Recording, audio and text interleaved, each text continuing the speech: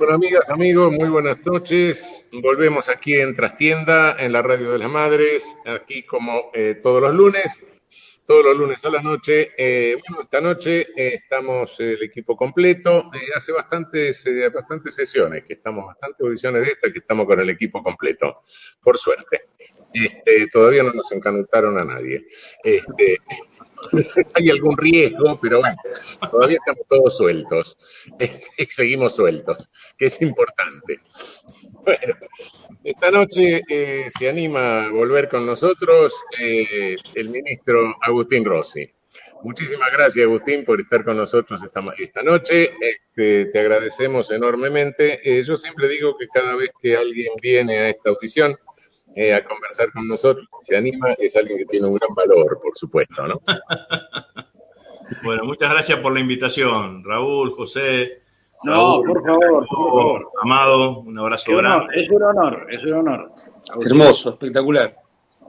Bueno, muchachos, esta noche, estamos acá con Amado, Jacobo, el Gallego, Agustín, y con Agustín Rossi. Todos estamos ansiosos por preguntarle al ministro cómo va a ser el asunto de la vacunación, ¿no? Porque estamos todos con ganas de salir a la calle, ¿no?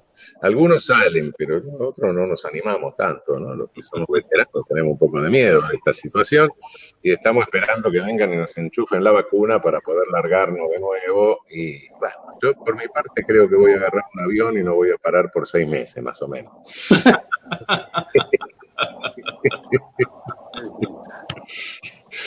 He visto, Agustín, que se involucran las Fuerzas Armadas en esto. Me parece que es una decisión importante, una decisión interesante. Creo, y lo creí siempre, que las Fuerzas Armadas van a desempeñar en este siglo una función de salvar muchas vidas humanas. Creo que tenemos un siglo problemático, un siglo que inevitablemente, como resultado de estos desastres ecológicos que se están haciendo, de este ataque al ecosistema que lleva este totalitarismo financiero que vivimos en el planeta, vamos a tener problemas y eventuales catástrofes. Hoy estamos viviendo una emergencia, pero otra. No sabemos lo que va a pasar con el ascenso de las aguas de los mares. Hay distintas hipótesis muy pesimistas, otras un poco optimistas y otras por el medio.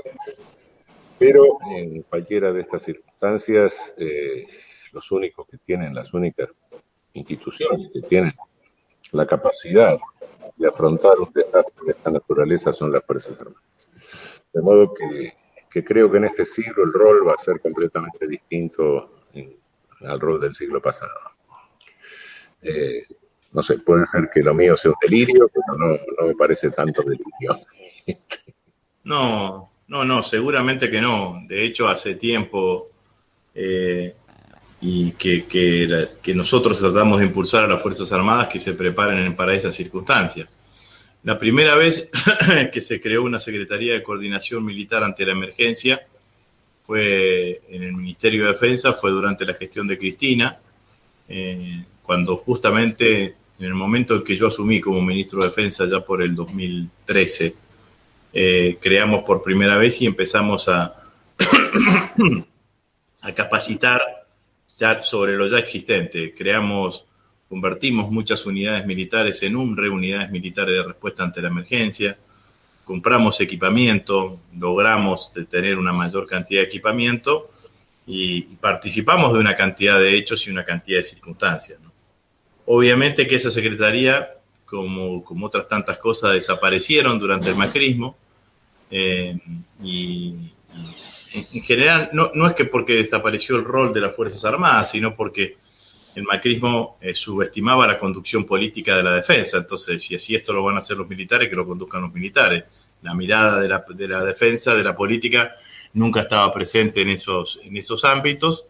Nosotros volvimos a recuperarla y ha jugado un rol importantísimo en todo esto que es el plan Belgrano, que le llamamos nosotros, el plan de operaciones Belgrano, que es el que se ha implementado a partir de marzo con todo lo que significa el COVID, ¿no? Dividimos el país en 14 regiones de emergencia, 14 comandantes conjuntos de ememergencia. En cada una de esas regiones, ese comandante conjunto tenía subordinado debajo de él a la totalidad de las fuerzas militares de la región y articulaba con los gobernadores, con los intendentes, ver de qué manera las capacidades propias que tenían las Fuerzas Armadas podían coayudar a la lucha contra el COVID, ¿no? En alguna semana de julio-agosto de este año, nosotros teníamos, para graficar, digamos, ¿no? En Esquel, el ejército estaba tratando de conectar nuevamente a poblaciones que habían quedado aisladas producto de una nevada. Tuvimos en la Patagonia la nevada más importante de los últimos 15, 20 años. Entonces ahí teníamos helicópteros del ejército, personal del ejército, médicos y enfermeras del ejército trabajando en ese lugar. Veníamos hacia arriba, hacia Buenos Aires, y teníamos elaborando y distribuyendo comida en La Matanza, en Quilmes, en La Cárcova, en San Martín.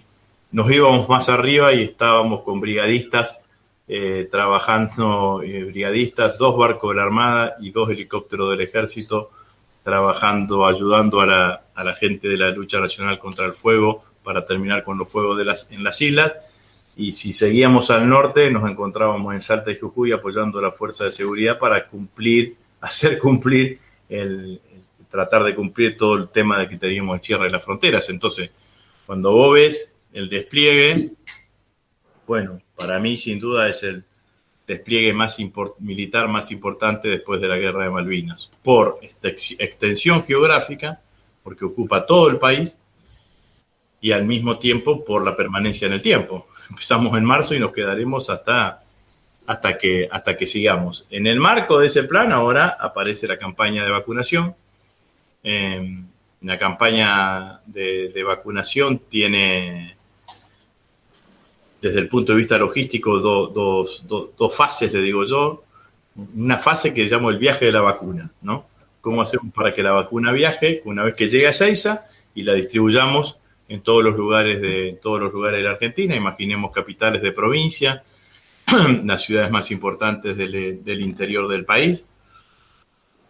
Para ahí nosotros hemos puesto a disposición la capacidad de transporte de las Fuerzas Armadas, fundamentalmente, imagino, la capacidad de transporte aéreo de las Fuerzas Armadas, los aviones Hércules C-130, las famosas chanchas, que son aviones de gran capacidad de carga, de gran porte, que les podés subir freezers o todo lo que signifique mantener la cadena de frío y podés transportarlo en las distintas provincias.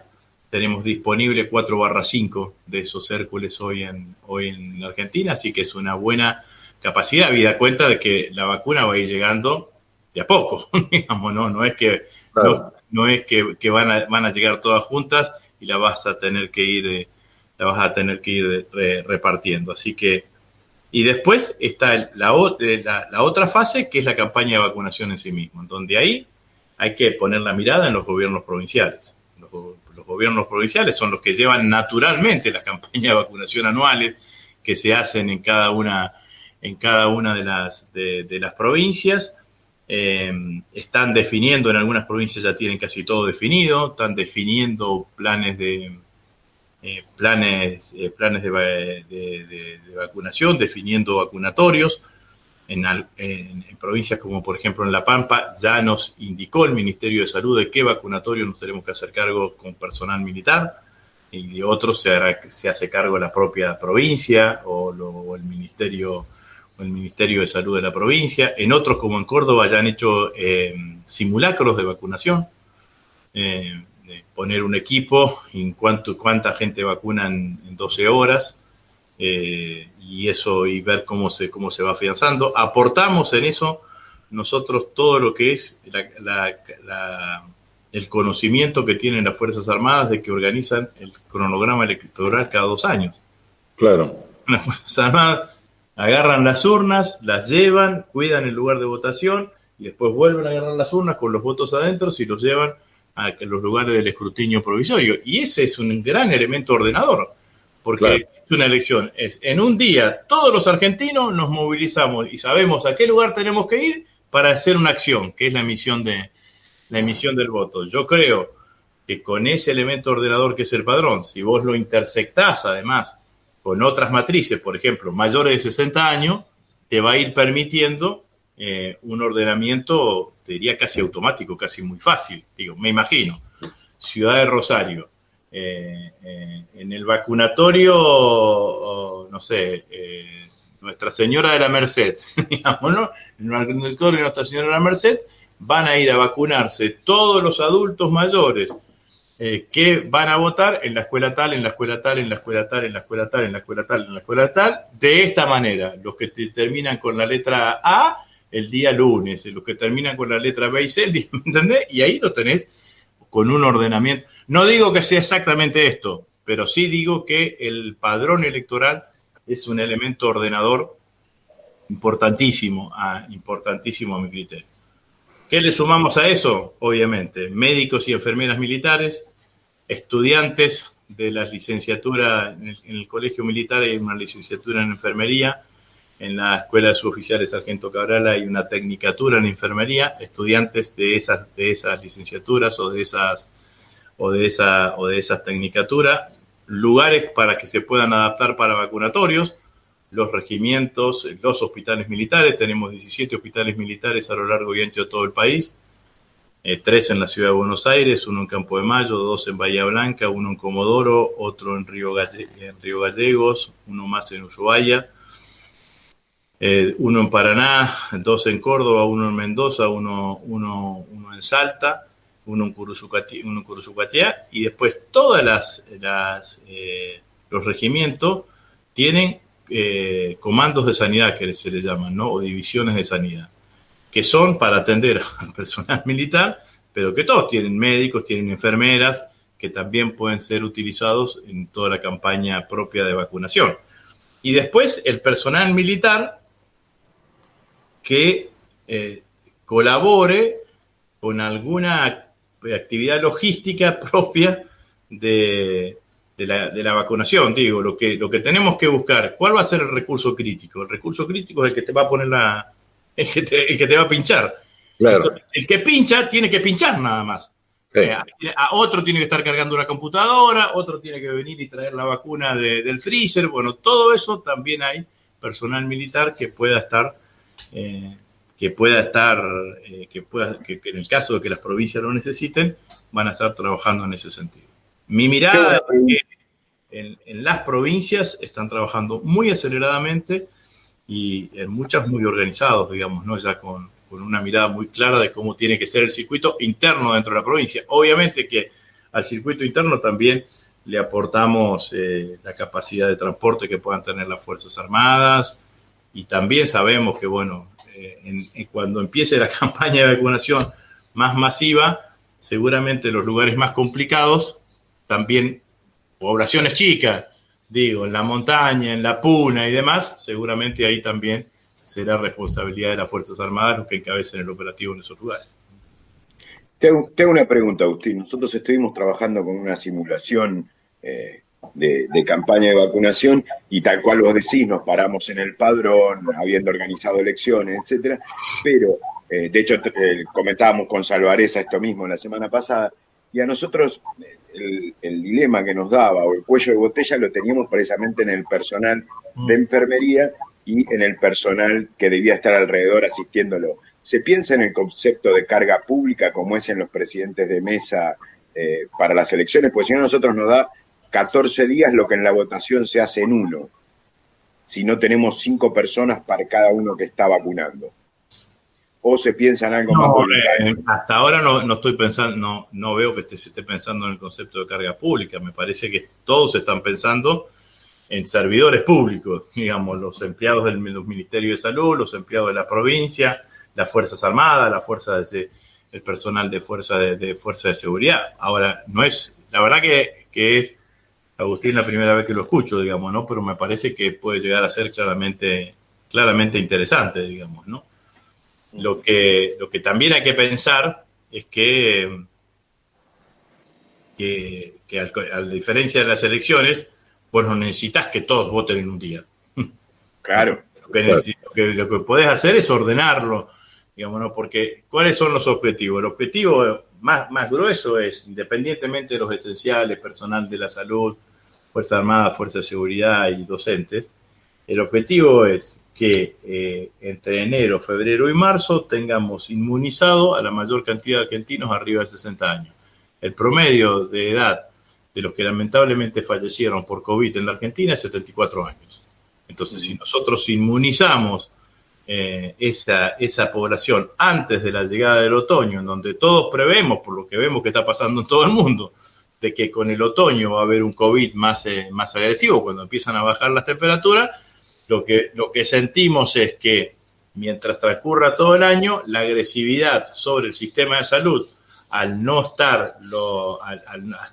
estar inmunizado la población de mayor cantidad de riesgo, va a disminuir y que vamos a poder sobrellevarlo mucho mejor mientras seguimos vacunando durante todo el año, en la idea de que vamos a meter 60 millones de vacunas para vacunar a 30 millones de argentinos. Esto es el objetivo, porque los únicos que quedan afuera son los menores de 18 años, porque ninguna de las vacunas, ninguno de los laboratorios han experimentado sobre ese sector etario.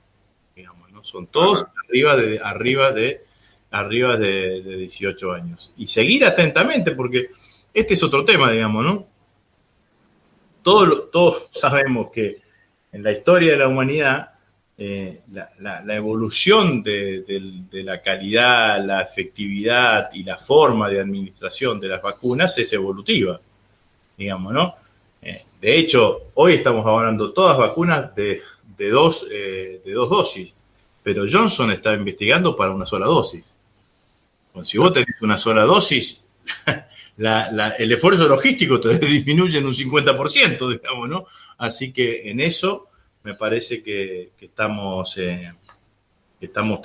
trabajando, digamos, ¿no? Así que... Sí, perdón. Sí, no, si me permiten, más que una pregunta, una reflexión. ¿No? Lo escuchamos a Agustín, y quedan claras algunas cosas. Primero, el rol del Estado. Y segundo, el rol de las personas que respetan al Estado al frente del Estado. Más allá del cariño enorme que yo tengo por Agustín como persona, pero como político y también como funcionario, fíjense de lo que hablaba, ¿no? En el ministerio ya hay una secretaría que se ocupa de esto, que no empezó ayer, empezó en la gestión anterior. Y que en el medio fue desarmada, pero claro, como existió, a Agustín no le costó recomponer esa situación. El involucramiento del ejército en la logística para la paz y ahora para la salud. Una novedad realmente espectacular. Después habló mucho del tema de las bases de datos. Las bases de datos, porque lo asimiló al tema de la elección, que sin duda es una clave para comenzar. Pero también el Ministerio del Interior viene trabajando con ANSES, ya lo hizo este año con el tema de los fallecimientos, para que sea automático. Bueno, el cruzamiento de la base de la elección con la base de ANSES creo que va a ser para esto central, porque justamente ahí están los adultos mayores, y va a ser muy sencillo porque ANSES tiene 12 años de Néstor y Cristina trabajando en esta situación y depurándolas y teniéndolas al día. Y lo otro que me decían desde el Ministerio del Interior, que lo van a cruzar también con la unidad censal, que son 4 manzanas. O sea, un censista se supone que atiende 4 manzanas, entonces va a ser un nuevo dato para organizar. Y nos decía Agustín, bueno, de la provisión de enfermeros y doctores y cómo ya están organizando eso. Entonces, primero, hay un Estado presente, hay un Estado que se está ocupando de algo 5 meses antes de que se ponga en marcha, la capacidad de planificación. Y esto no viene del cielo ni es producto de nada, es una idea de Estado y son personas, funcionarios que funcionan, digamos, para ponerlo en términos de la otra carta de Cristina. Entonces, la verdad que te llena de orgullo y también de certezas hacia adelante, ¿no? Está buenísimo. La verdad que el raconto que hiciste, Agustín, es espectacular. Y es una cuestión de una construcción argentina. Sí, realmente es algo que nos tranquiliza bastante, ¿no? Frente a esta... Por eso creo, Agustín, que tendrías que hablar más en los medios sobre esto, exponerlo más claramente, que se entere toda la población. Es decir, no sé, me parece que Me parece que, bueno, naturalmente que tenemos enfrente un monopolio, pero de cualquier manera en los espacios no colonizados creo que estas cosas habría que difundirlas ampliamente, ¿no? Bueno, intento, ¿eh? No, lo saben todos, digamos, ¿no? Pero intento y trato de dar notas y reportajes, además de que no es solamente responsabilidad del Ministerio de Defensa, porque No, claro. en el relato hay una cantidad de actores que están fuertemente involucrados. Hay un área que yo no manejo directamente, que es cómo mantener la cadena de frío, que en eso está trabajando el Ministerio de Salud con otras agencias. Pero bueno, me parece que vale la pena, digamos, ¿no? Sobre todo porque lo que yo veo es esta idea de que uno le transmite un poco de tranquilidad a los argentinos, digamos, ¿no? Porque lo cierto es que empezás a hablar de la vacunación y ya es como un aire fresco, digamos, ¿no? Como que estamos en otra etapa, digamos, ¿no? Podrá venir un día más tarde, un día más adelante y demás, pero estamos en otra etapa. Vos fíjate esta carrera por la vacuna, todos los laboratorios están llegando más o menos a lo mismo en el lapso de 3 meses, 4 meses, digamos, ¿no? Claramente, y esto va a terminar convergiéndose, y ahora aparece que AstraZeneca va a utilizar un vector que utiliza la Sputnik, que la Sputnik se lo va a dar. Entonces todo viene convergiendo de la misma, en un mismo sentido, así que yo creo que va a salir adecuadamente bien. Creo que el gobierno ha hecho bien las cosas en cuanto a mantener un menú en la carta en cuanto a las vacunas, digamos, ¿no? Porque la idea es que si sale todo tal cual empezamos con la Sputnik en enero, febrero, marzo. En marzo, abril ya tiene que estar la AstraZeneca. La AstraZeneca es la que se fabrica y se produce acá en la Argentina. Entre ese enero, febrero, marzo de la Sputnik y la AstraZeneca se imaginaba un puente, que sé que está difícil la negociación, con Pfizer, que es la que tiene mayor exigencia en cuanto a la cadena de frío, pero no íbamos a buscar mucha gran cantidad de vacunas de Pfizer, pero nos iba a permitir ese puente para seguir vacunando. Amén, tenemos, el gobierno ha pagado el banco ese de vacunas que está armando las Naciones Unidas, tiene hecha una reserva. Seguimos dialogando con los chinos, que también están elaborando su propia vacuna. Entonces, la realidad es que tenemos un escenario. Hoy veo, como suele pasar en los últimos 20 años en la Argentina, digamos, ¿no? Las malas noticias siempre uno las encuentra en un solo lado. Entonces, hoy los medios más importantes de la Argentina, ¿qué quiero que plantean? Como está en el pico en el primer mundo, los países centrales se van a quedar con todas las vacunas y nos vamos a quedar nosotros sin vacuna. Bueno, lo que quiero decir también, no parece ser el caso de la Argentina, que viene trabajando con un diagrama bastante importante, llevando adelante una política, de decir, bueno, con todos aquellos que produzcan vacunas, nosotros queremos tener relaciones para ver si podemos firmar los contratos necesarios para que nos provea, digamos, ¿no? De esto es fundamentalmente lo que se trata. Bueno, Macanudo, nos tomamos un matecito y volvemos. Ok. Avanti.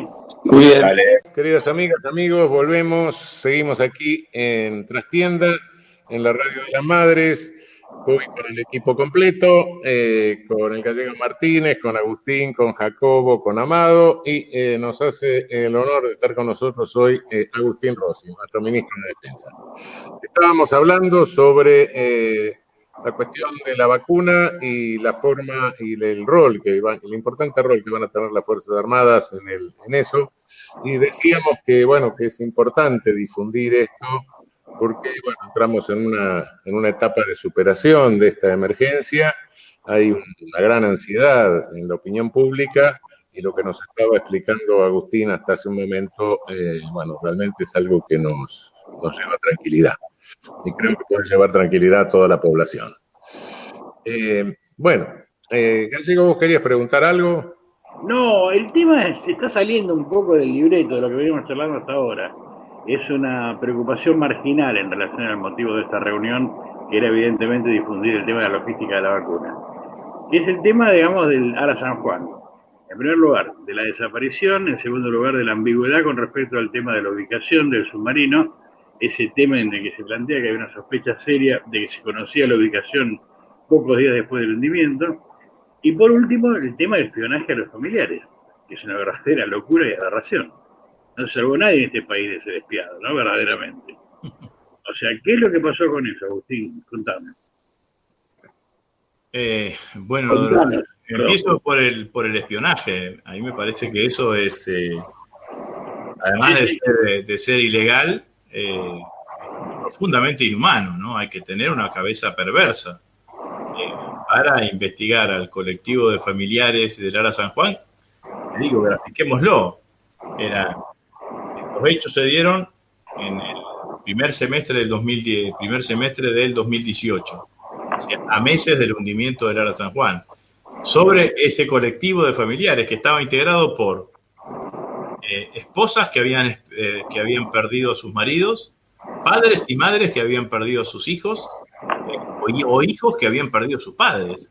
Entonces, sobre ese colectivo, en una situación de alta vulnerabilidad emocional, porque hacía pocos meses que había sucedido, 2 meses atrás que había sucedido, lo que hacen es investigarlo para ver cuáles eran las acciones que iban a realizar, cuáles eran, y sobre todo hay una parte de que es una de las pruebas que muestra, la que presenta la doctora Camaño, que muestra claramente que le pasaban las preguntas que los familiares se reunieron, ¿no? Definieron qué preguntas iban a hacer y quiénes iban a hacer las preguntas de la reunión con Macri. Bueno, esa información Macri la tuvo antes. Y fue tal cual que fue así. De hecho, los familiares salieron de esa reunión diciendo que creían que pensaban eso, que alguien les había advertido de las preguntas porque las preguntas las contestaban automáticamente. Entonces, para mí es una causa que involucra directamente al presidente de la Nación. Porque la acción de inteligencia legal que la lleva adelante la filial de la AFI de Mar del Plata, obviamente que están responsables arriba, Magdalanis y demás, el beneficiario directo de esa acción de inteligencia era el presidente de la Nación.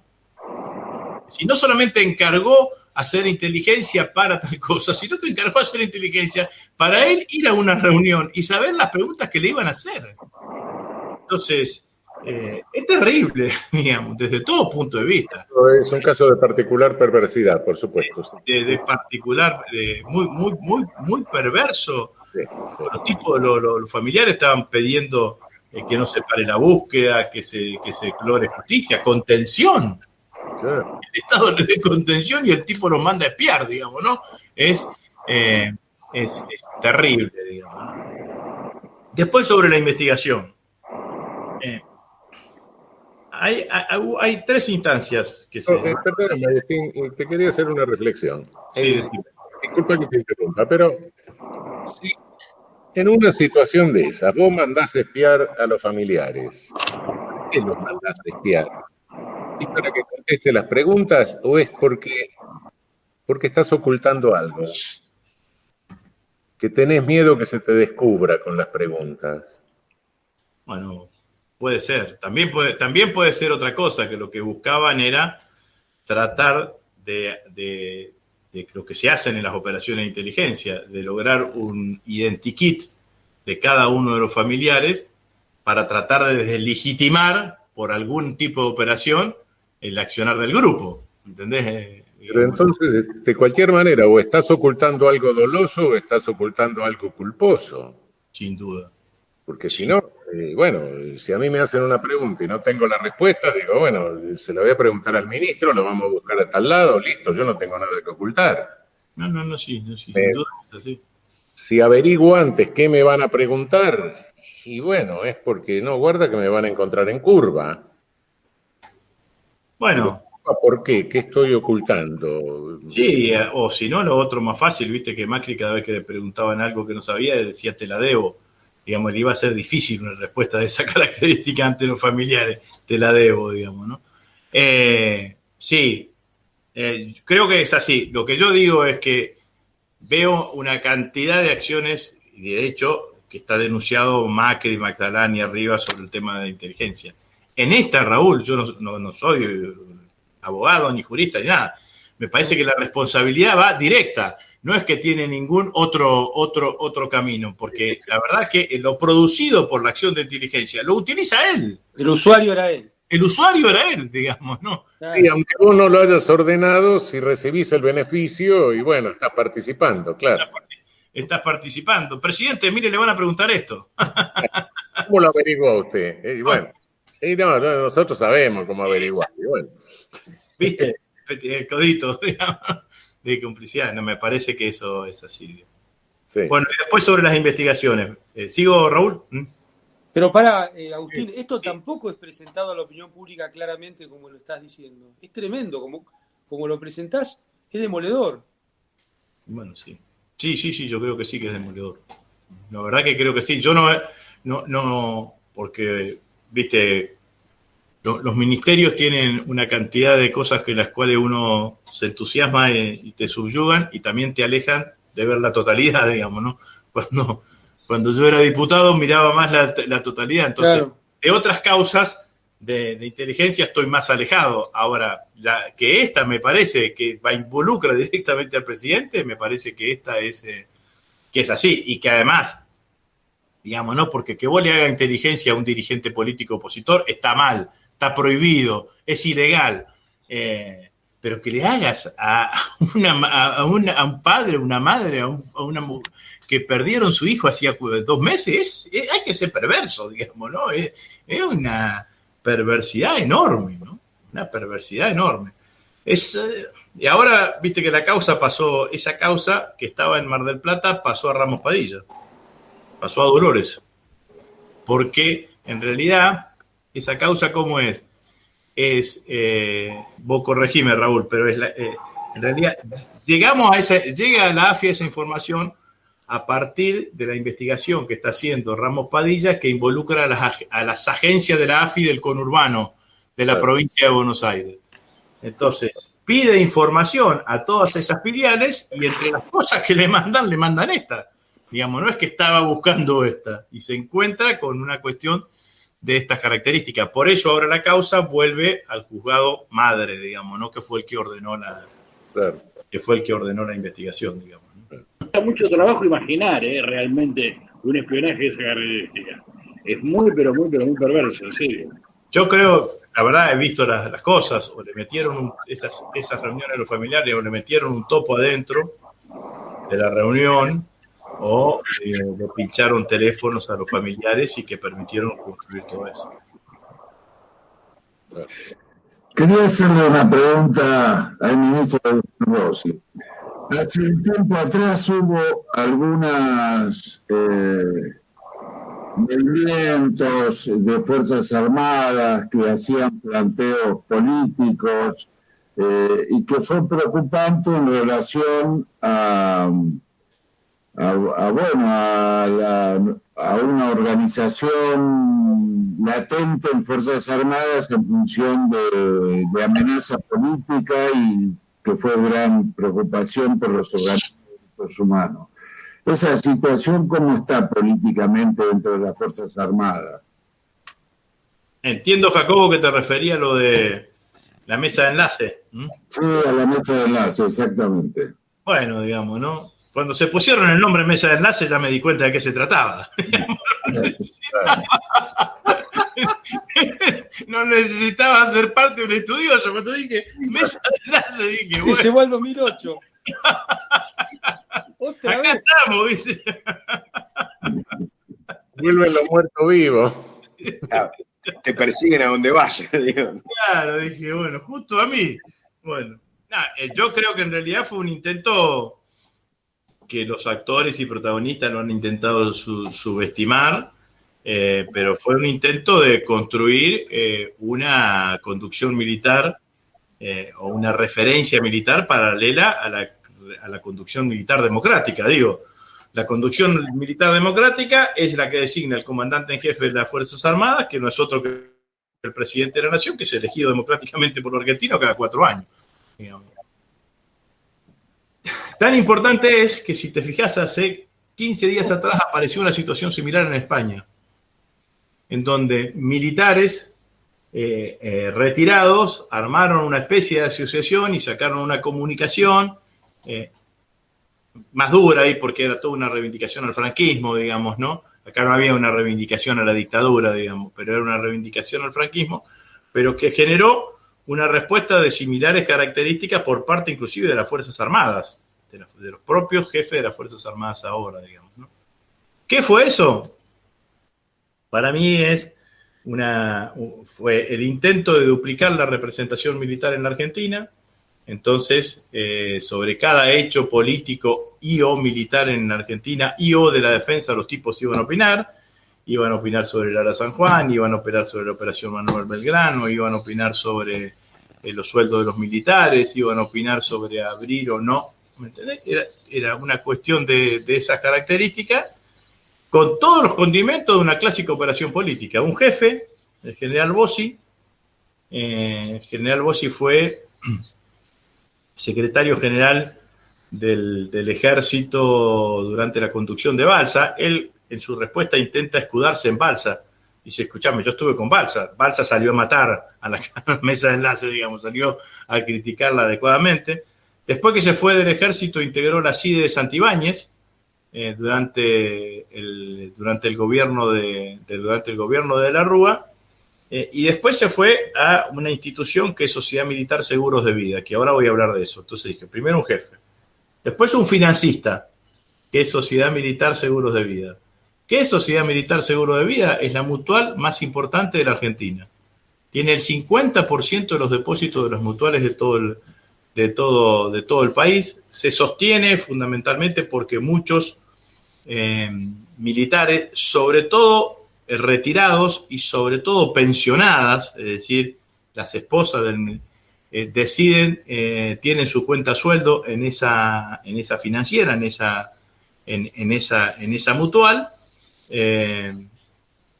y que obviamente, como es la más poderosa, tiene una fuerte vinculación con el resto de las mutuales del mundo militar, por decirlo de alguna manera. Y después hay otra pata, con menos visibilidad, pero con mucha presencia en otros ámbitos, que es el Capitán Tito. El Capitán Tito es es un señor ex cara pintada que fue retirado del ejército en la primera sonada en el 86, 87, 87, que se armó una agencia de seguridad, que hoy es un personaje que tiene agencia de seguridad en la Argentina, en Miami, en distintos lugares, que presta servicios en varios ámbitos y que tiene un poderío económico bastante interesante, que contrata a partir de ese poderío económico a jefes de las fuerzas retirados, que les sirven de alguna manera de pantalla. Bueno, todo eso apareció allí. A mí me parece que no se esperaban una respuesta tan dura por parte del ministerio, o tan contundente por parte del ministerio, y inmediatamente cuando salimos a criticarlo fuertemente, empezaron a retirarse y diciendo que ninguno de ellos tenía la intención que tenía, pero claramente la intencionalidad era esa, ¿no? Hicieron todas las cosas, era tan clásica una operación política, que hicieron de las peores cosas que hacemos los políticos. Primero sacaron la foto, después hicieron la reunión, digamos, ¿no? Sacaron la foto, la mandaron a los medios y la publicaron en serie, digamos, ¿no? En simultáneo, Clarín, Nación, Infobae, aparece la mesa de enlace, bueno, con una agenda que claramente tenía la agenda de Cambiemos, ¿no? Porque en un momento también, como en ese momento estaba la cuestión de la propiedad privada, dijimos, defensa de la propiedad privada, pero bueno, tenía eso. Lo bueno es que no solamente no no tuvo nula recepción hacia el interior de las Fuerzas Armadas, sino que al mismo tiempo creo que generó rechazo hacia en las Fuerzas Armadas, en el personal en actividad, porque además yo a los jefes se lo dije claramente, le digo, miren, a los primeros que le disputan poderes a ustedes. Ustedes son la representación militar en Argentina, no son los que ya estuvieron, digamos, ¿no?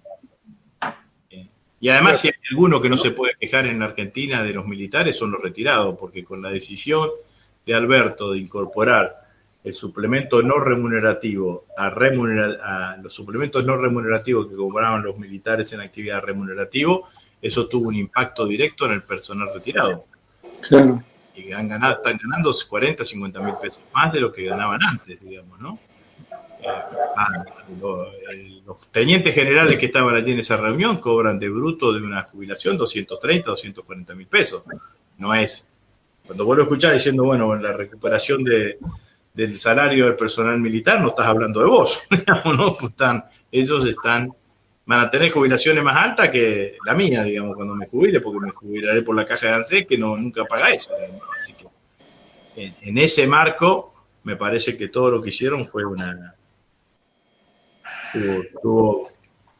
fue muy flojo, tenía pocas bases, pero ahora cuando sucedió en España, digo, bueno, no es una cosa que haya que descartarla, digamos, que en determinados círculos del personal retirado o que haya algunos otros que intenten disputar el tema de la conducción militar. También creo que hay una cosa, con todo esto de la que hicieron los militares en lo que veíamos al principio, que decía Raúl, los militares en las fuerzas, en cuestiones, en acciones de solidaridad, es como que hay una cosa de más confianza en las Fuerzas Armadas, o más prestigio en las Fuerzas Armadas.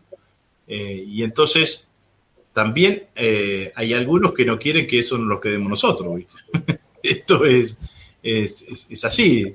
Sí, Agustín, pero a ver, en esta reunión de Zumbíes, de alguna manera hay algo que creo que va un poco en contra de la política esta de involucrar Fuerzas Armadas en lo civil, en este tipo de necesidades, en este tipo de hechos que desgraciadamente vaticino que en el curso del siglo se van a reproducir de alguna manera. Creo que todos estos zumbíes están pensando de alguna forma en degradar a las Fuerzas Armadas a función policial. Sin duda. Claro, creo que ahí está la madre del borrego, y cuidado, que esto es tremendamente funcional a un debilitamiento del Estado como Estado soberano, ¿no?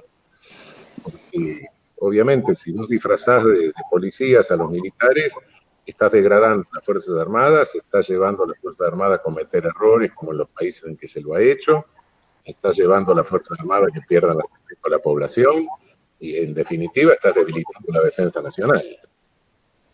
En México fue una catástrofe. México, Colombia y bueno, y Centroamérica, ¿no? Porque además tengo que decir, Raúl, volviendo a lo tardo colonial, vos sabés, Agustín, que acá Raúl acuñó un término que ya está tomando envergadura académica, que es que vivimos en una situación tardo colonial nosotros, no neocolonial.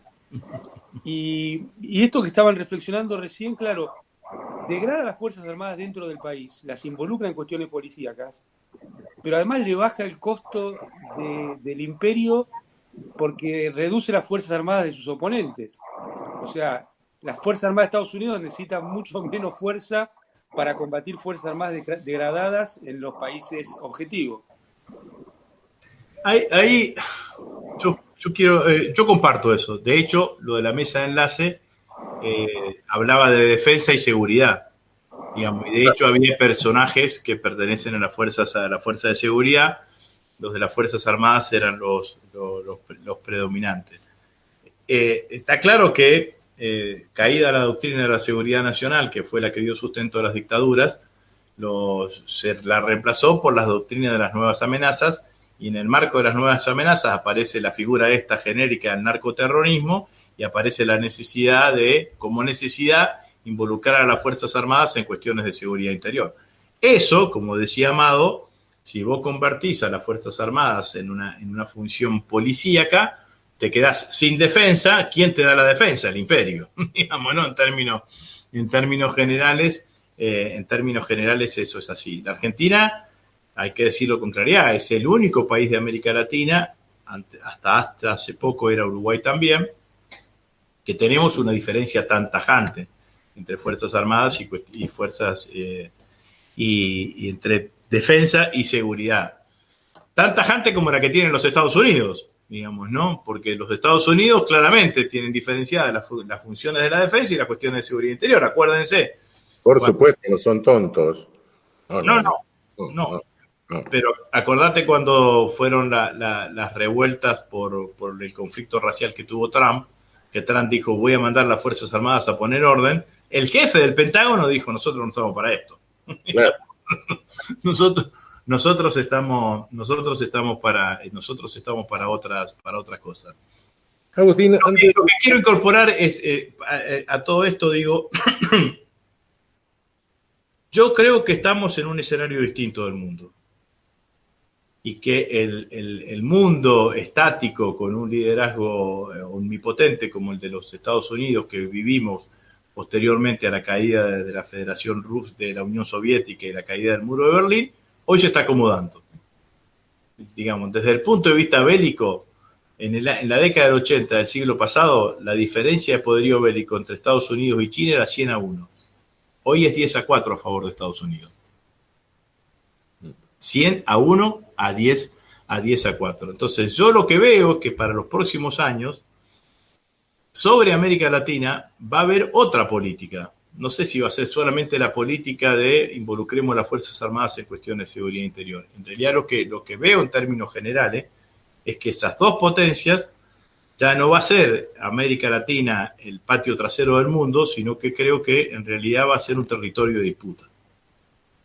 Claro. Y las dos potencias van a exigir alineamientos automáticos, si no logran alineamiento automático, adhesiones, si no logran adhesiones, ámbitos de influencia, y si no logran ámbitos de influencia, neutralidad, digamos, ¿no? Pero eso va a estar claramente posicionado.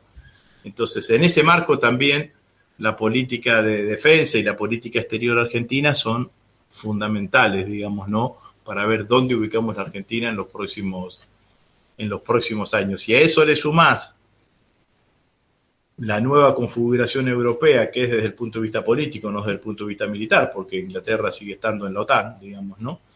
Pero la nueva configuración política de Europa, me parece que estamos en un mundo que es un mundo distinto, y que hay que estar muy atento a lo que sucede. Mirá, estaban peleando los norteamericanos por si era Biden o Trump el presidente, y los chinos le armaron el bloque comercial más importante del mundo. Y sumaron a ese bloque comercial a Australia y a Nueva Zelanda, dos países originarios del Commonwealth. Y estuvieron así de sumar la China. Así de sumar la China, que tiene el conflicto ese con Pakistán, que está Pakistán sostenido por los chinos, digamos, ¿no? Pero entonces el comercio mundial se traslada claramente del Atlántico hacia el Pacífico. Las economías que más crecen son las economías ligadas al Pacífico. Hay un mundo distinto. Un mundo que me parece que claramente hay que tener una mirada para ver dónde jugamos y dónde nos ubicamos, ¿no? Claro. Bueno, Agustín, te quería hacer una pregunta sobre un tema mucho más concreto y quizás también sea un delirio mío, ¿no? Pensando en el curso de este siglo y en el riesgo del recalentamiento, etcétera, me preocupa mucho la ciudad de Buenos Aires, porque tenemos dos barrios que están por debajo del nivel del río. Los norteamericanos desde hace años vienen pensando lo que puede suceder con el aumento del nivel de los mares. Y lo vienen pensando incluso desde el punto de vista de defensa nacional, de sus Fuerzas Armadas. ¿Nosotros estamos pensando algo sobre eso? Sobre cambio climático, y sobre todo el efecto del recalentamiento sobre el ascenso del nivel de los mares, del nivel de las aguas, ¿no? Tenemos ámbitos y tenemos una ley de medio ambiente y sé que se está trabajando, digamos, ¿no? No sé si con la intensidad y con la dimensión del problema que vos describís, pero sin duda que a mi criterio ese es un problema. No solamente ese es un problema, digamos, ¿no? Wall Street ha incorporado al agua como uno de los elementos que cotiza hacia futuro, de las materias primas que cotiza hacia futuro, ¿no? Porque en realidad, a ese mundo que yo describí anteriormente, digo, Perón ya en el año 54 decía que el mayor mérito o la mayor potencia de los países integrantes de América Latina eran esa cantidad de recursos naturales. Y que lo que yo creo que es de las primeras proclamas sobre medio ambiente que le escuché a algún líder mundial, que después retoma Perón en el año 72 con la Carta Abierta a los Pueblos Libres del Mundo, que lo retoma en ese sentido. Ahora, la realidad es que nosotros vivimos en un continente, y la Argentina en particular, en un país que tiene sobreabundancia de recursos naturales y que tiene su población. Y estamos en un mundo que demanda recursos naturales y tiene sobrepoblación. Claro. Entonces, la realidad es que ese es un punto que nosotros en el futuro tenemos que mirar y tenemos que tener en cuenta. América del Sur tiene el entre 25 y 28% de los reservorios de agua dulce del mundo. Y además son renovables anualmente por el régimen de lluvias que te genera el Amazonas. Claro. En el Amazonas te genera un régimen de lluvia para toda la región que te permite renovar esa cantidad de agua dulce. Después podés seguir, ¿no? Hidrocarburos, producimos más hidrocarburos, el continente, más hidrocarburos de los que consumimos, depósito de minerales estratégicos, gran parte de nuestra superficie apta para el cultivo que produce alimentos. Entonces, si me preguntan a mí cuál tiene que ser la política más importante de la defensa en los próximos años, la defensa de los recursos naturales.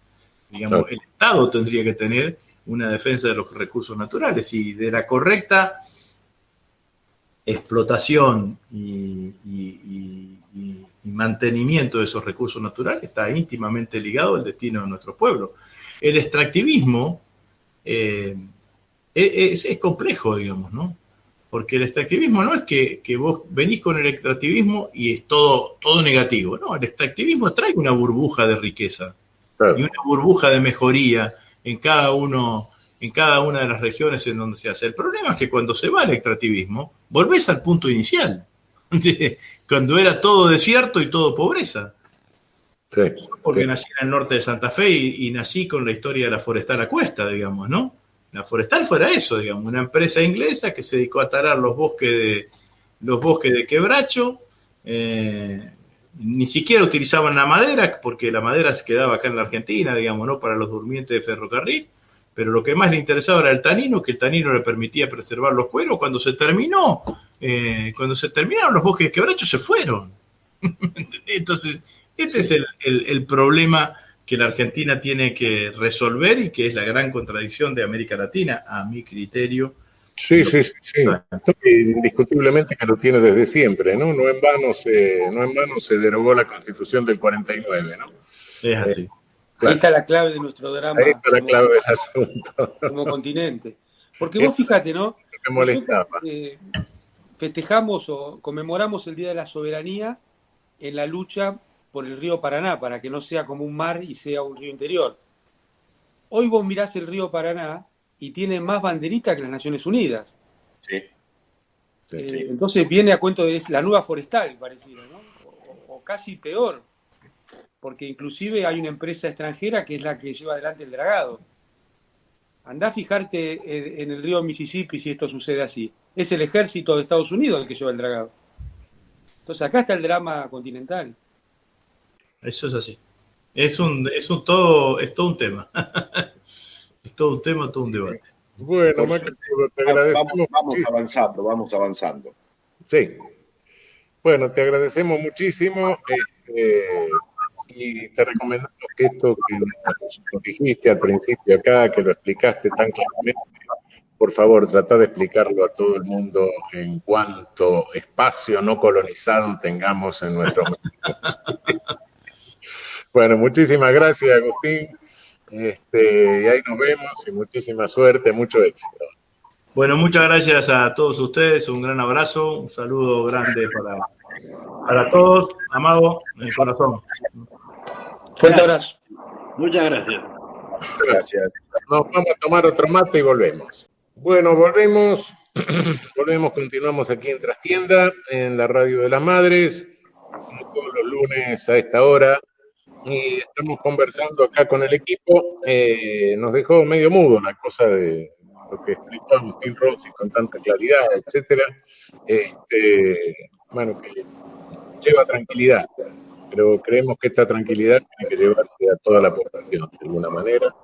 Es digno de que esto que nos explicó Agustín Rossi en un momento lo conozca todo nuestro pueblo.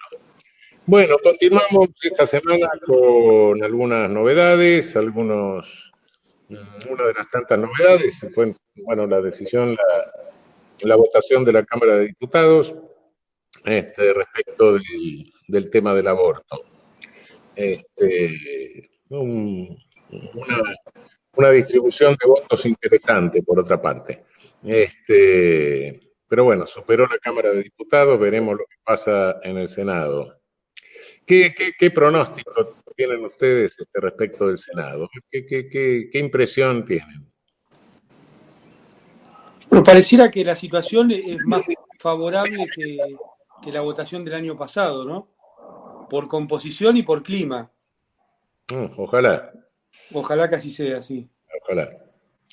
Yo lo que veo que el debate daría la impresión de que hay todos los que están en contra de esto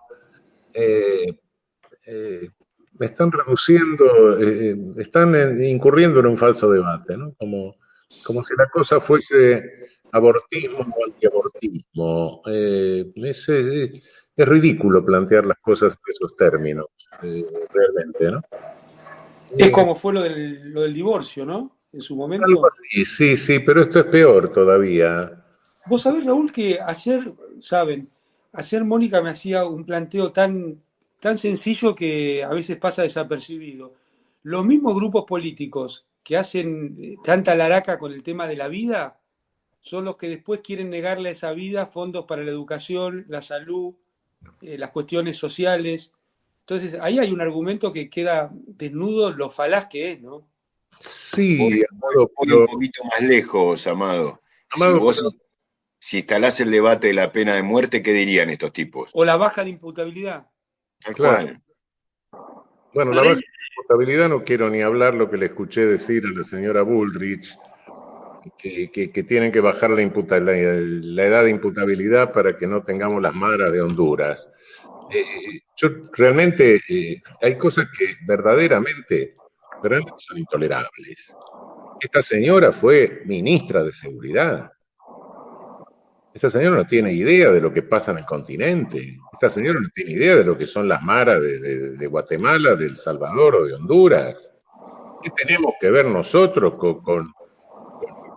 con jóvenes expulsados de Estados Unidos que instalan la cultura urbana de las bandas urbanas de Estados Unidos en América Central? ¿Qué tenemos que ver nosotros con la herencia de esto? No sé, creo que muchas veces cuando se dice, no, cuidado que vamos a hacer Colombia, cuidado que vamos a hacer las maras, cuidado que vamos a hacer México, primero hay que tener más respeto por todos los países. En segundo término, hay que tener una idea de cuál es la situación geopolítica de cada país y cómo le condiciona su violencia interna. Y me parece que es una falta de respeto a los otros países y es una falta de respeto a nuestra población.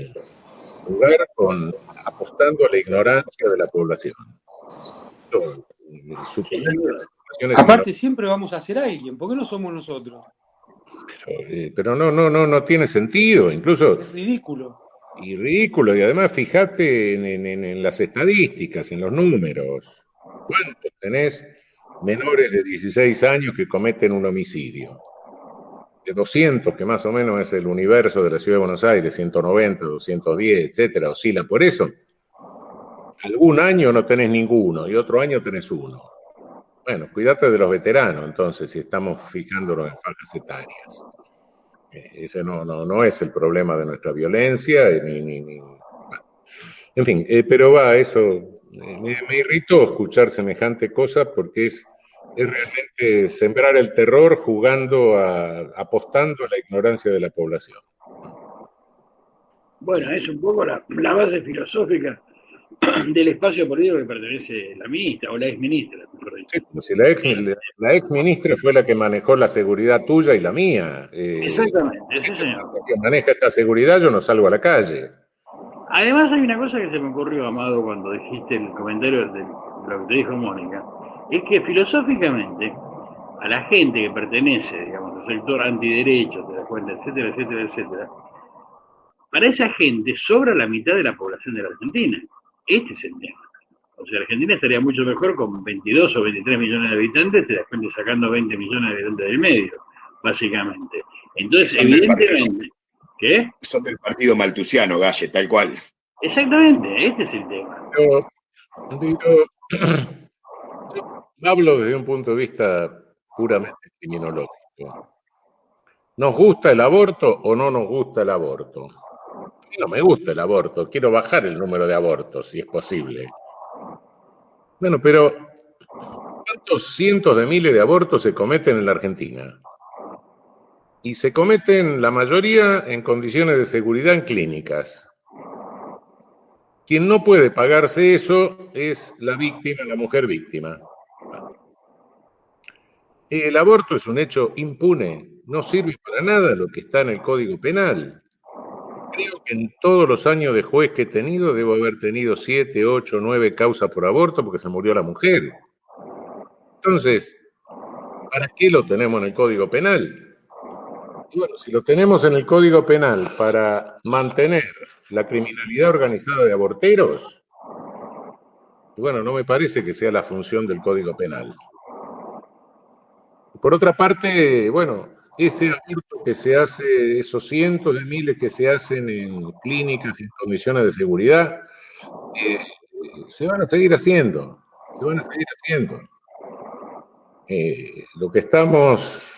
Lo que sí se puede bajar y se puede intentar bajar, pero para eso hay que sacarlo del Código Penal, hay que sacarlo de la clandestinidad para conocerlo, es el aborto de la pobreza.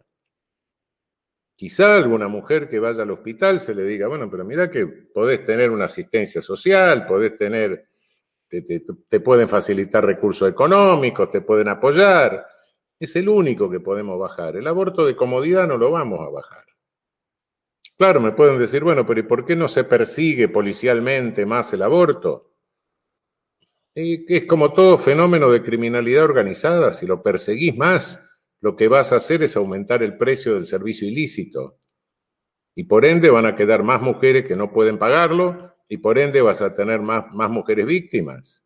Y no vas a bajar el número, por supuesto. Es decir, cuando es la regla de la criminalidad organizada esa. También acá funciona de esa manera. Entonces, no guarda, si querés hacer algo para querer bajar el número real en la sociedad, sacalo del Código Penal.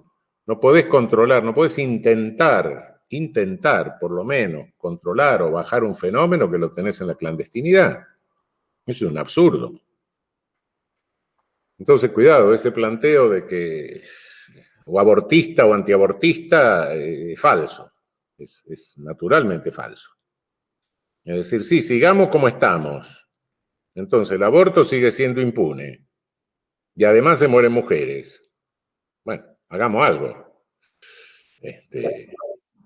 Sí, falso e hipócrita. Es falso. Tal cual decía recién, que los mismos que ahora se oponen al aborto, se opusieron a la asignación universal. ¿Sí? Sí. Más antes, y diciendo que iban a tener más hijos los pobres para cobrar la asignación. O sea, antes iban a tener más hijos para cobrar la asignación, y ahora lo van a salir a matar para eso no lo inventaron ellos, los inconscientes que dijeron eso, ni siquiera son originales. Se lo Claro, a la derecha republicana de Estados Unidos. claro, claro. Ni siquiera son originales en estas cosas, ¿no? En su perversidad no son originales, copian la perversidad de otro. Y se les nota. Es como dijo una diputada nuestra, Daniela Vilar, en fin, la hipocresía. ¿Sí? Sí, ni siquiera creatividad perversa. Sí, En definitiva, promover prohibiciones en el enfoque de la corrupción. Las prohibiciones generan peajes, generan corruptelas que tienen que ver también con el proceso económico y social. Yo veo que los mismos que se oponen, que son una representación significativa, en realidad promueven este de prohibiciones en función de recaudaciones también. Una cosa en general muy extendida, ¿no? Porque las normas prohibitivas lo que generan es eso, el desvío de fin, el objetivo que es la salud, todo el campo de una especulación realmente corrupta, ¿no? Sí, las reglas son las mismas en toda delincuencia organizada, es decir, llamando delincuencia organizada no a la grande que es la financiera mundial, ¿no? Sino llamando delincuencia organizada a los agujeros de mercado que se llenan con, bueno, oferta y demanda de servicios ilícitos, digamos, ¿no? Y ahí rige una ley de oferta y demanda, claro, si la prohibición baja la oferta y la demanda se mantiene rígida, sube el precio. Así. Y bueno, también en el caso del aborto es eso. Si se hiciese una mayor persecución, subiría el precio. Y eso tendría dos efectos. Por un lado, para los que practican los abortos con mayor habilidad técnica, es decir, los mejores médicos, bueno, aumentaría el riesgo y por ende saldrían del mercado y quedarían los menos hábiles. Por otro lado, aumentaría el precio, con lo cual haría que muchas mujeres, que se ampliase la banda de mujeres que no pueden acceder al aborto en condiciones de seguridad, con lo cual tendríamos más víctimas. Ese es el juego que se da, el juego de mercado que se da en toda forma chica de criminalidad organizada. Digo chica porque la grande es la financiera, ¿no? Se opera de esa manera, ¿no? Es bastante sencillo.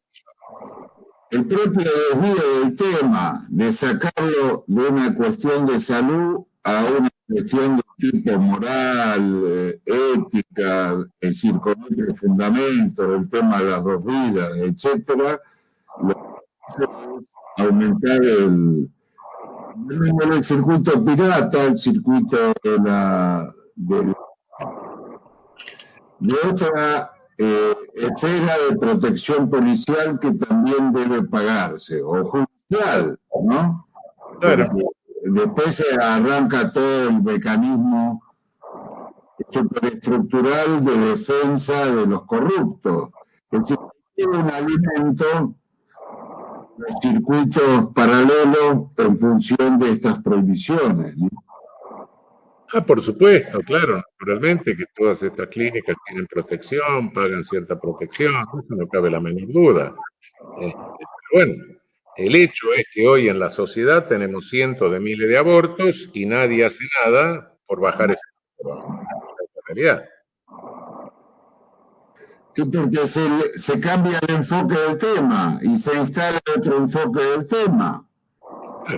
El grupo interesado desde el punto de vista religioso como desde el punto de vista de la corruptela social, es decir, aumenta eso. Miren, desde el punto de vista religioso, lo que se está haciendo al sacarlo del Código Penal es que frente a un fenómeno que se expande y se extiende, y evidentemente no se puede resolver a través de la ley penal, lo que queda es hacer una política de reducción de daños. Lo que se está intentando es la política de reducción de daños, es eso que se está haciendo. Ahora, si me preguntan cuál es en materia de aborto, la política de reducción de daños más antigua, por lo menos la que yo conozco, no sé si por ahí hay otra que sea más antigua, ¿no? Es la de San Agustín. San Agustín decía que el aborto no era pecado hasta que el embrión se convertía en feto. Porque, claro, lo tenía que explicar. El tipo estaba explicándolo, San Agustín le funcionaba la neurona, no era ningún tonto y era un obispo, ¿no? Era un obispo del norte de África. Imagínense cómo serían los abortos en el norte de África en el año 300 y pico. No sé, serían carnicerías, no sé qué barbaridad sería en ese momento. Y naturalmente, San Agustín lo tenía que explicar, se lo tenía que explicar a sus feligreses. Y lo explicaba diciendo que el alma aparecía cuando el embrión se convertía en feto. Yo leí unas cuantas cosas de San Agustín, que era un tipo que las neuronas le funcionaban bien. Y no creo que pueda creer que venía Dios con una inyección a darle el alma en ese momento. Tenía que explicarlo de alguna manera. Entonces, claro, bueno, San Agustín no sabía de genética, todas esas cosas que dicen ahora. No, San Agustín. ¿Qué pasa en el momento en que el embrión pasa a feto? La dilatación del útero afina las paredes y hace que toda intervención sea altamente peligrosa. Que tenga el riesgo de perforar el útero y provocar una septicemia. Y bueno, él decía, hasta ese momento sí, a partir de ese momento no. ¿Y qué es? Porque cuidado, no se deja impune cualquier aborto, no se puede hacer un aborto con 8 meses y medio de embarazo, no. ¿Por qué se toma una determinada medida ahora? ¿Cuál es la razón de tiempo? Y la razón de tiempo sigue siendo la misma de San Agustín, no nos equivoquemos. Entonces no sé si la más antigua política de reducción de daños, en definitiva, es una política católica, salvo que me digan que San Agustín no era católico, ¿no? No era cristiano, es uno de los padres de la Iglesia. Y creer realmente eso, creer realmente que San Agustín en serio creía eso, yo me niego a creerlo. Leo otras cosas de San Agustín y realmente me parece que el hombre no podía creer seriamente eso.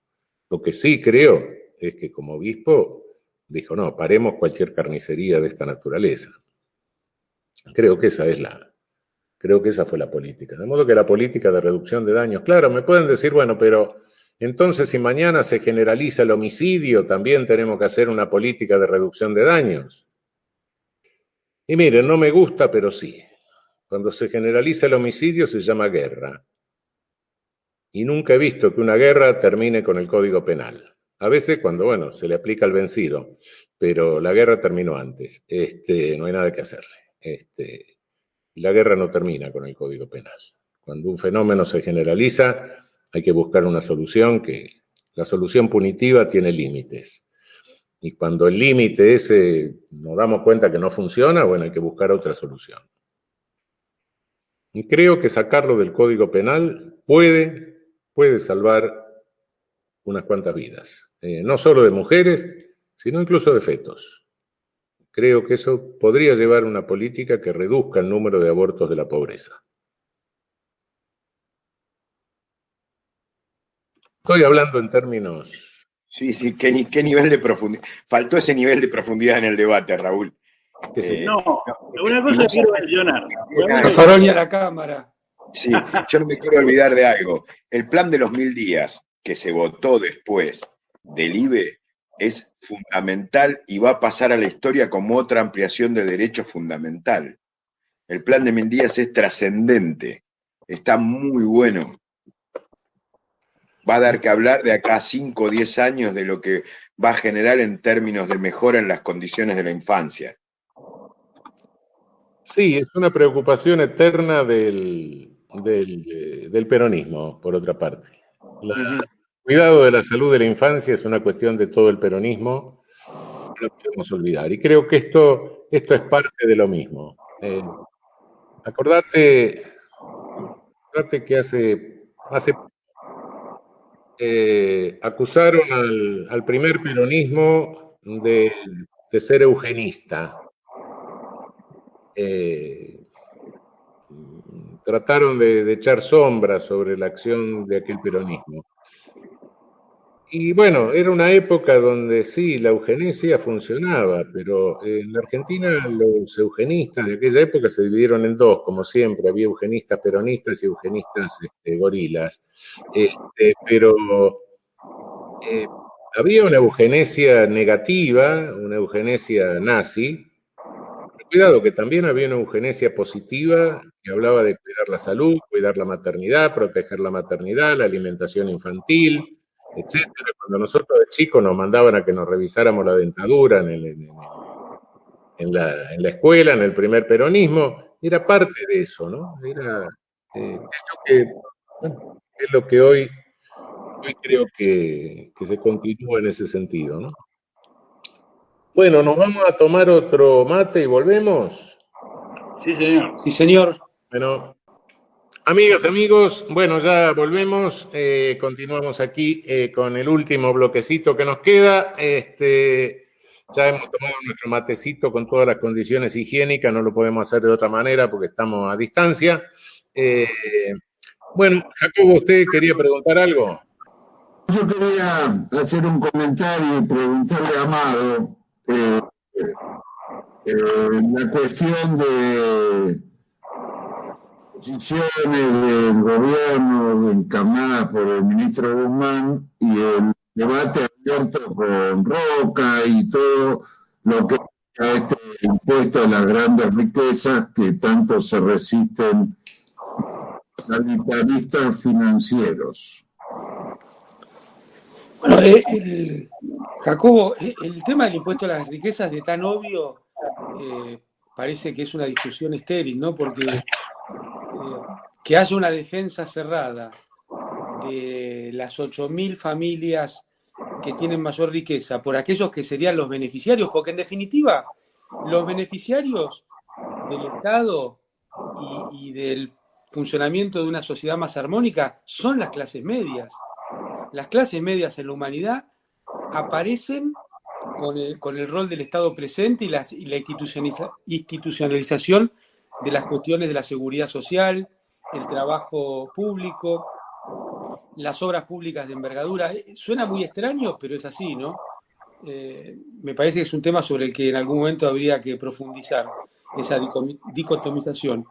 Lo que es un poco más preocupante es que algunos funcionarios del gobierno le estén dando tanta importancia y tanto lugar a la voz de los empresarios, porque cuando el ministro Guzmán se sienta de par de Roca, de Pablo Roca, le está dando un lugar que no le corresponde.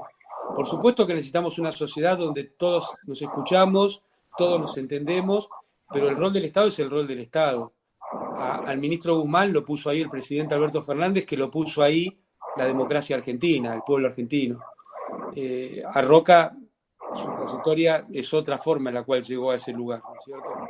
Entonces me parece que no cuidar el rol del Estado es una cuestión también simbólica y muy compleja cuando se viene la negociación con el Fondo Monetario Internacional, que tampoco lo puso ningún pueblo en el rol que tiene y que va a intentar ejercer sobre la institucionalidad argentina. Me parece que es una foto muy desgraciada, una cuestión que cuidamos mucho, porque nadie puede dudar que en los gobiernos de Néstor y Cristina a todos los sectores les fue mejor. Por supuesto que a los asalariados, por supuesto que a las jubiladas y jubilados, con las paritarias libres, con la creación de puestos de trabajo, pero a los sectores empresariales también les fue mejor. Ningún sector empresarial no estaba mejor en el 2015 que en el 2003. Sin embargo, esto fue producto de que se les asignó el rol que tenían que tener, no de decisiones políticas, sino del lugar de empresarios. Sí, es interesante lo que acaba de decir, Amado. Es decir, a esto si al Fondo Monetario no lo votó ningún pueblo, efectivamente. Hoy estamos viendo incluso el rol del Fondo Monetario en la propia Europa, ¿no? Exactamente, exactamente. Y vos sabés que el Fondo Monetario pasó a principios del 2005, 2006, con el tema del director Dominique Strauss-Kahn, parecía que entraba en un proceso de reforma de verdad. Sí. Sin embargo, eso terminó mal.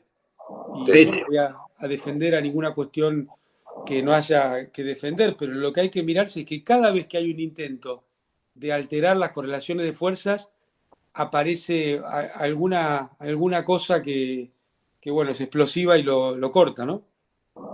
Sí. Alguna empleada de hotel, en fin. Porque después todo se torna confuso y parece que nada es muy evidente. Y cualquier, digamos, parecido con las acusaciones judiciales en la Argentina corre por cuenta mía Bueno, exclusivamente. un chofer de más alto vuelo, claro. Así es, así es. Naturalmente. Y Strauss-Kahn, aparte, no solamente tenía un rol en el Fondo Monetario, sino que tenía un futuro político en Francia. Claro, Iba a ser presidente de Francia, presidente de Francia. Claro, sin ningún lugar de duda. Hay otros países, por ejemplo Bolivia, donde se está hablando de un impuesto de riqueza de manera permanente y no esporádica.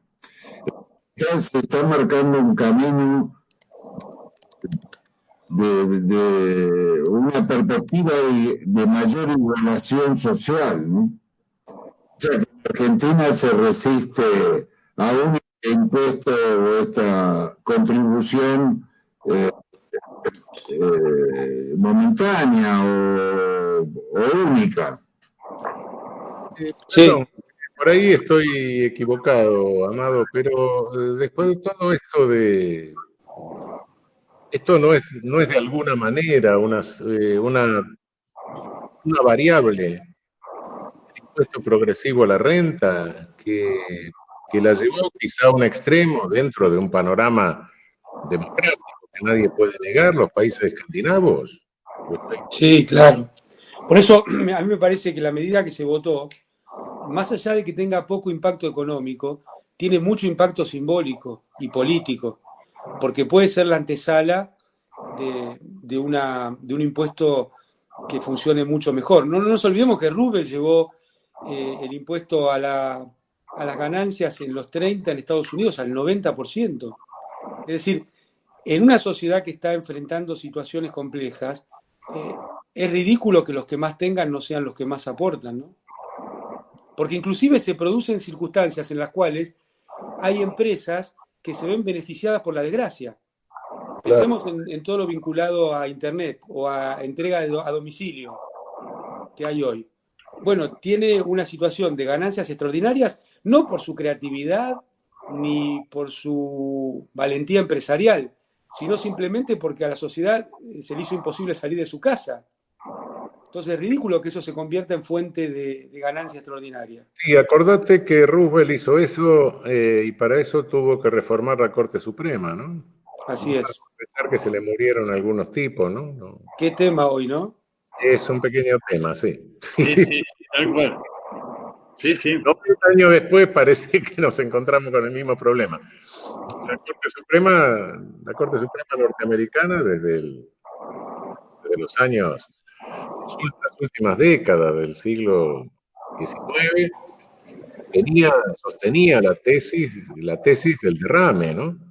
De que no, hay que dejar, el impuesto tiene que ser igualitario, un impuesto progresivo sobre la renta es desigual, está afectando a la parte más creativa, a la parte más dinámica de la economía, hay que dejarlo, hay que dejar que concentre riqueza, porque de esa manera, algún día, concentrando riqueza, va a tener que derramar para abajo. Esto se decía en 1890, ¿eh? No. No es un invento. Vos sabés que en 1929, Mellon, que era el secretario del Tesoro, en su discurso pocos días antes del derrumbe de la bolsa, dijo que Estados Unidos había llegado a una situación extraordinaria de la cual nunca iba a salir, porque ya estaba en una planicie que solo llevaba al bienestar. Sí. Sí, sí, sí, sí, sí. Sí, sí, planicie con un pequeño declive, ¿viste? El plano inclinado. Exactamente, plano inclinado. Sí, pero le costó a Roosevelt poder hacer eso. Sí, Pero claro. bueno, creo que lo que pasó en el 29 tiene que dejarnos una clara enseñanza. Como decía Rossi, bueno, el panorama del mundo es otro, sí, lo sé, pero, pero de cada crisis salen instituciones nuevas, ¿no? Y de ahí salió, bueno, el Estado social, el Estado providente, el welfare state, en fin. Bueno, esta es otra emergencia y saldrán instituciones nuevas, ¿no? Así es. Obviamente, Pareciera que es un momento así de parteaguas institucional. sí, no creo que esta emergencia sea una excepción. Eh, Va a De haber todas formas, el camino del impuesto a las grandes fortunas, estamos transitándolo. Vamos a tener bastantes obstáculos. Uno de ellos es la Pero, financiación. Gallego, si me perdonás, porque nos acercamos al final, esto que decía Raúl recién, que no son cuestiones excepcionales. El sistema en el que vivimos, eh, la exclusión es la razón de ser. Exactamente, La precariedad es la razón de ser. No es que hay algún exactamente. grupo o alguna persona que está en situación precaria. Las sociedades están en situaciones precarias y esa es la razón de ser y la norma de funcionamiento. Sí, sí, absolutamente. Obviamente el modelo de sociedad que nos quieren imponer es el modelo 30-70, 30 incorporados, 70 excluidos. Exacto. Sí, pero parece que eso en América Latina está molestando un poco. Así Sí, es. genera un grado de rebeldía. Hay alguna gente que se molesta un poco con esto, no está muy tranquila. Este, y creo que nuestro pueblo creo que el peronismo ha hecho que nuestro pueblo, el peronismo, y bueno, el peronismo como herencia de toda una tradición histórica, federalista, etcétera, no creo que nuestro pueblo se quede tranquilo. Así es. Bueno, yo creo que también en esta situación el tema de Corte Suprema en la Argentina es un tema, pensando incluso en los últimos acontecimientos o fallos de la Corte, y se orejea la filiación ideológica de los miembros. Creo que el gobierno, al no empezar por tocar la Corte, está pagando un gran precio y una gran amenaza, ¿no? Porque incluso hubo una carta o una conversación entre el presidente Alberto Fernández y Lorenzetti, el miembro de la Corte, Ricardo Lorenzetti. No hace más que poner en evidencia la crisis de un evento que fue fallido, que fue el no meterse con la cúpula del Poder Judicial. De modo que lo hicieron diversos presidentes, ¿no? Tanto Alfonsín, Menem, o en su momento, en el momento más concreto de enfrentamiento, el de Néstor Kirchner, con los cambios que se produjeron. Me parece que ese político de cálculo lo va a pagar y lo está pagando el gobierno en toda su dimensión. La carta de Cristina sobre el tema judicial también. Y viendo la forma en que se conducen los poderes concentrados para mantener la preponderancia ideológica en la cabeza del Poder Judicial, ¿no? Yo creo que es un costo que se va a seguir pagando y se perdió el momento político de poderlo poner en marcha. Sí, creo que insistir en algo que vine diciendo desde hace mucho tiempo quizá no valga la pena. Pero creo que más allá de lo que está pasando concretamente con la Corte, que es realmente bochornoso, creo que nunca creo que nunca. Lo he dicho varias veces, creo que incluso la Corte Conservadora que Perón tuvo que remover por juicio político en el 47 es actuada por razones ideológicas, y creo que la propia Corte de la mayoría automática también. Y esta no sé por qué actúa, creo que es por un oportunismo extraño. Yo no creo tampoco, Jacobo, que sea una cuestión ideológica. Ojalá fuera una cuestión ideológica y tuviéramos claro el modelo de Estado que cada uno quiere. En este caso no lo veo. Pero de cualquier manera, lo que insisto, y creo que esto es más allá de los personajes y más allá de las conductas concretas, creo que esto es prueba de que institucionalmente no podemos tener semejante concentración de poder en 5 personas. Eso es peligroso en cualquier república. Sí, claro que pueden ser 5 personas perfectamente razonables, sabios, etcétera, pero no siempre llegan los sabios.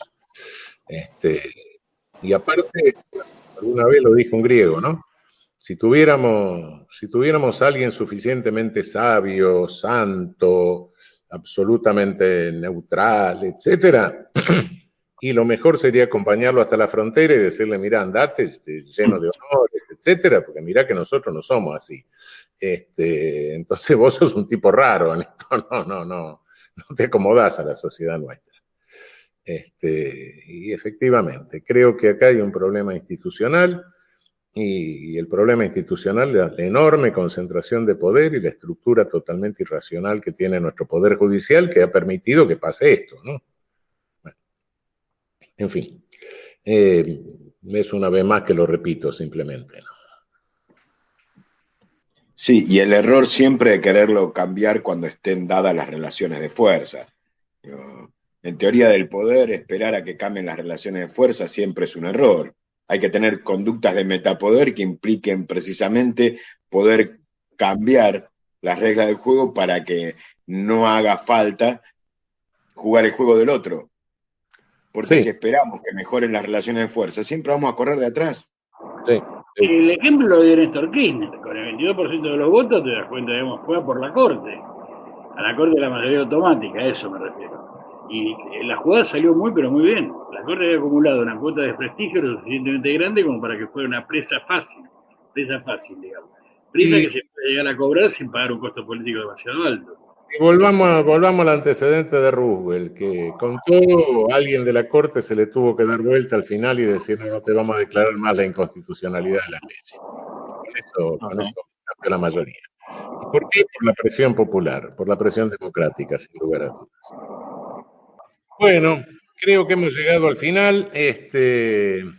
Interesante lo de hoy, hemos hablado un poco de todo, como siempre, con esta programación que tenemos tan coherente nosotros. Queridas amigas, amigos, nos vemos entonces el próximo lunes, como de costumbre, a las 22 horas, acá en Trastienda, en la Radio de las Madres. Y bueno, muy buena semana. Nos vemos el lunes. Chau, chau. Chau, chau. Buena semana. Buena semana.